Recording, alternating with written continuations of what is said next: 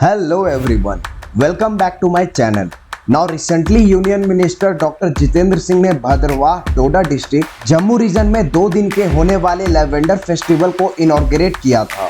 CSIR, जिसे हम आगे जानेंगे कि ये क्या है, वो 1 वीक 1 लैब कैंपेन का पार्ट बनकर इस इवेंट को ऑर्गेनाइज किया था। आपको बता दें कि इस लैवेंडर फेस्टिवल में जितेंद्र सिंह ने अनाउंस किया था कि भद्रवाह इंडिया का लैवेंडर कैपिटल और एग्री स्टार्टअप का एक परफेक्ट डेस्टिनेशन बन चुका है। और तो और उन्होंने ये भी कहा था कि लैवेंडर की फार्मिंग ने कई किसानों की जिंदगी बदल दी। जैसे फार्मर्स जो पहले per hectare 40 to 50,000 rupees annually earn करते थे, वो आज इस लैवेंडर फार्मिंग के through 4 to 5 lakh rupees annually earn करते हैं। प्राइम मिनिस्टर नरेंद्र मोदी ने भी मन की बात में CSIR के एफर्ट्स को अप्रिशिएट की थी, जो CSIR अरोमा मिशन के अंतर्गत भद्रवाह में लैवेंडर की खेती में फार्मर्स को सपोर्ट कर रहे हैं। तो क्या है अरोमा मिशन और कैसे ये जम्मू एंड कश्मीर के फार्मर्स के लाइफ को चेंज कर रही है, आइए हम इस वीडियो में जानते हैं। पर उससे पहले आपसे एक रिक्वेस्ट है, आप प्लीज इस वीडियो को पूरा अंत तक देखिए और अगर आपको ये वीडियो अच्छा लगे तो आप प्लीज इसे लाइक और सब्सक्राइब कर दे। तो चलिए वीडियो को शुरू करते हैं।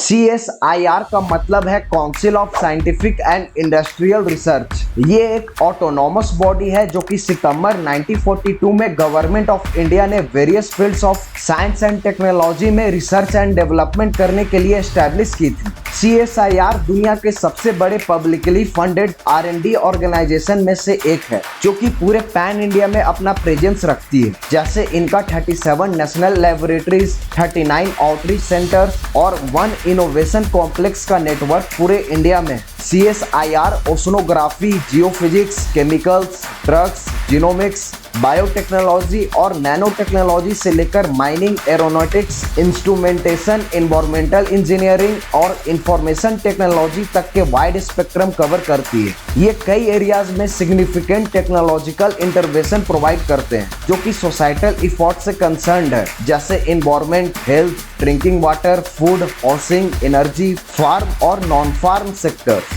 CSIR इंडिया में साइंटिस्ट को ट्रेन करना, नए आइडियाज क्रिएट करना, पेटेंट्स लेना और नई चीजें बनाने में हेल्प करती है। बेसिकली CSIR का यूज ये है कि वो वेरियस सोसाइटल और इंडस्ट्रियल प्रॉब्लम्स के लिए साइंटिफिक और टेक्नोलॉजिकल सॉल्यूशन प्रोवाइड करती है, नई नॉलेज और इनोवेशन क्रिएट करती है, नेशन के लिए एम्प्लॉयमेंट और इनकम जनरेट करती है और ग्लोबल साइंटिफिक एडवांसमेंट में कंट्रीब्यूट भी करती है। तो चलिए अब हम जानते हैं CSIR अरोमा मिशन को और कैसे ये aroma mission Jammu and Kashmir के फार्मर्स के लाइफ को चेंज कर रही है। आइए अब हम इन्हें जानते हैं।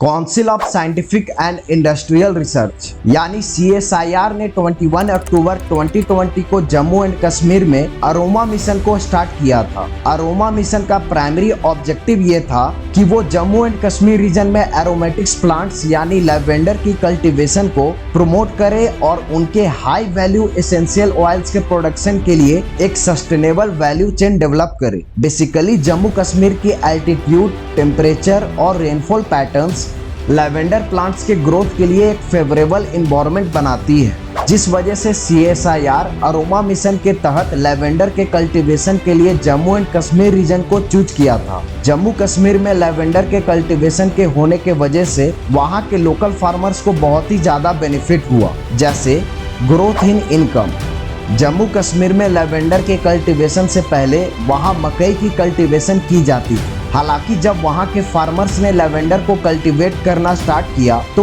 उनका इनकम काफी ग्रो हुआ। जैसे फार्मर्स जो पहले per hectare 40 to 60,000 rupees annually earn करते थे, वो आज इस लैवेंडर फार्मिंग के through 3,50,000 to 6 lakh rupees annually earn कर रहे हैं। भद्रवाह में रह रहे फार्मर्स ने 2018 से 2022 में 300 से 1500 लीटर लैवेंडर ऑयल को प्रोड्यूस किया। और आपको बता दें कि पर लीटर लैवेंडर ऑयल की कीमत 10,000 रुपीज है। 2018 से 2022 के बीच भद्रवाह के फार्मर्स ने ड्राई फ्लावर्स, लैवेंडर प्लांट्स और लैवेंडर ऑयल बेच करके 5 करोड़ रुपीज तक पैसे कमाए। दूसरा पॉइंट है, animals don't destroy them. Bhaderwah में जब फार्मर्स मकई को ग्रो करते थे तो उनके फार्म्स को बंदरों द्वारा बहुत नुकसान पहुंचाया जाता था। हालांकि जब फार्मर्स ने लेवेंडर को ग्रो करना स्टार्ट किया तो बंदरों ने भी नुकसान पहुंचाना बंद कर दिया, जो कि वहां के फार्मर्स के लिए वरदान साबित हुआ। तीसरा पॉइंट है एम्प्लॉयमेंट अपॉर्चुनिटीज।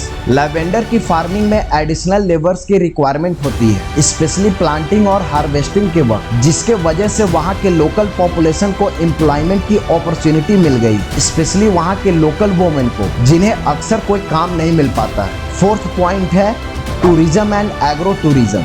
लेवेंडर कल्टीवेशन के वजह से जम्मू कश्मीर में टूरिज्म और एग्रो रिलेटेड टूरिज्म को काफी राइज मिला है। बहुत से विजिटर्स पर्पल फील्ड्स के ब्यूटी को देखने आते हैं, तो वहीं बहुत से विजिटर्स लेवेंडर के कल्टीवेशन को सीखने आते हैं और लेवेंडर बेस्ड प्रोडक्ट्स को परचेज करते हैं, जिससे वहां के फार्मर्स को एडिशनल इनकम ही जनरेट होता है। फिफ्थ और लास्ट पॉइंट है skill development and knowledge transfer. Lavender को कल्टीवेट करने के लिए आपको एक स्पेसिफिक नॉलेज और स्किल्स की रिक्वायरमेंट होती है, तो फार्मर्स जो लेवेंडर को कल्टीवेट करते हैं वो वेरियस एस्पेक्ट्स जैसे प्लांटिंग, हार्वेस्टिंग, डिस्टिलेशन और लेवेंडर फ्लावर से वैल्यू एडेड प्रोडक्ट्स को क्रिएट करना सीख जाते हैं, जिससे फार्मर्स की एग्रीकल्चर कैपेबिलिटीज भी बढ़ती है और तो और वो आत्मनिर्भर भी बनते हैं। तो ये थे कुछ पॉइंट्स जिससे CSIR अरोमा मिशन के थ्रू जम्मू एंड कश्मीर के फार्मर्स के लाइफ को चेंज कर रही है। आपको बता दें कि जम्मू एंड कश्मीर में लेवेंडर क्रॉप से हो रहे लोकल्स को बेनिफिट को देखते हुए यूनियन मिनिस्टर जितेंद्र सिंह ने अनाउंस किया था कि वो लेवेंडर क्रॉप्स को हिमाचल प्रदेश और उत्तराखंड में भी CSIR अरोमा मिशन के थ्रू वहां के फार्मर्स को लेवेंडर क्रॉप्स को कल्टीवेट करना सिखाएंगे, क्योंकि दोनों स्टेट्स की क्लाइमेट कंडीशन मिलती जुलती है। तो यहाँ पर ये वीडियो समाप्त होता है। अगर आपको इस वीडियो से कुछ नए चीज सीखने को मिला हो तो आप प्लीज इस वीडियो को लाइक और सब्सक्राइब कर दें। तो तब तक के लिए धन्यवाद। Long live mother India.